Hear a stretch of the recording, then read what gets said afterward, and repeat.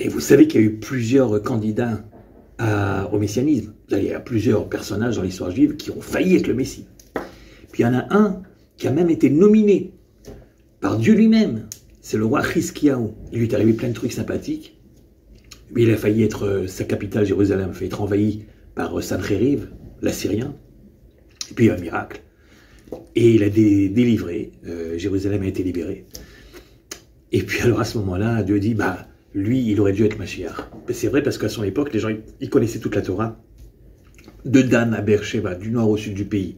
Ils connaissaient toutes les lois, même les petits-enfants, ils connaissaient toutes les lois les plus compliquées, nous raconte le texte.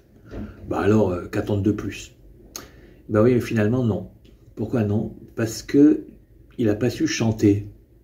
Il aurait dû chanter. Il y a une victoire miraculeuse, il aurait dû chanter.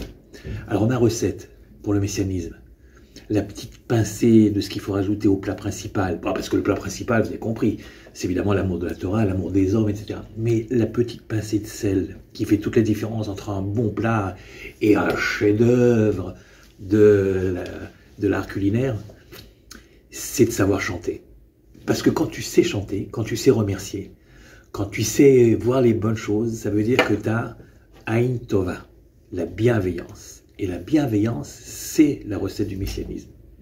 Voir le bon côté des choses. Pas tomber dans la naïveté, bien sûr, mais voir le bon côté des choses. Arrêter de chercher toujours la petite bête. Et quand il t'arrive quelque chose de bien, savoir le reconnaître. Se lever tous les matins et dire « modé » et dire « merci ».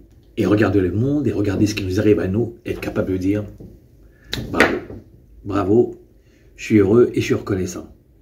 Et c'est comme ça qu'on fait venir le Mashiach. Enfin, c'est mon avis.